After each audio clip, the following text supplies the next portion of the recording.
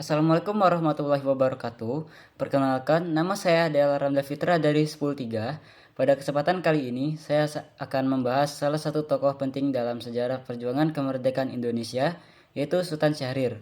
Beliau dikenal sebagai Perdana Menteri pertama Indonesia, sekaligus seorang intelektual, diplomat, dan pejuang kemerdekaan yang berpengaruh besar dalam perjalanan bangsa Indonesia. Sultan Syahrir merupakan salah satu tokoh penting dalam sejarah perjuangan kemerdekaan Indonesia.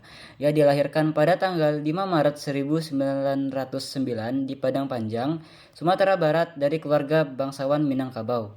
Sejak usia mudanya, Syahrir telah menunjukkan kecerdasan dan minat yang besar terhadap ilmu pengetahuan dan politik. Pendidikan dasarnya ditempuh di sekolah Belanda, kemudian ia melanjutkan studinya ke Belanda dan aktif dalam organisasi pergerakan manusia di luar negeri. Sekembalinya ke tanah air, Syahrir terlibat dalam berbagai kegiatan politik yang bertujuan untuk mewujudkan kemerdekaan Indonesia. Ia dikenal sebagai seorang intelektual yang memiliki pemikiran maju, serta menjunjung tinggi nilai-nilai demokrasi dan kemanusiaan. Syahrir juga memiliki pandangan politik yang berbeda dengan sebagian besar tokoh pergerakan lainnya, karena ia lebih memilih jalur diplomasi dan dialog dalam memperjuangkan kemerdekaan Indonesia.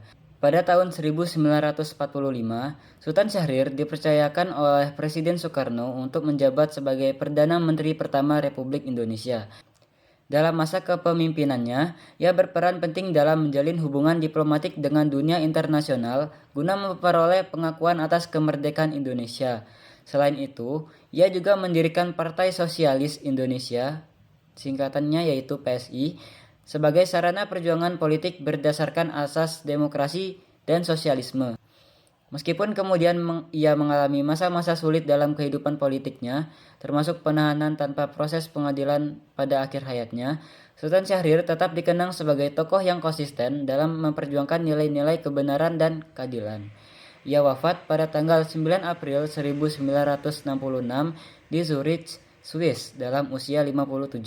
Warisan pemikiran dan perjuangan Sultan Syahrir hingga kini tetap menjadi sumber inspirasi bagi generasi penerus bangsa Indonesia, khususnya dalam hal demokrasi, integritas, dan kecintaannya terhadap tanah air.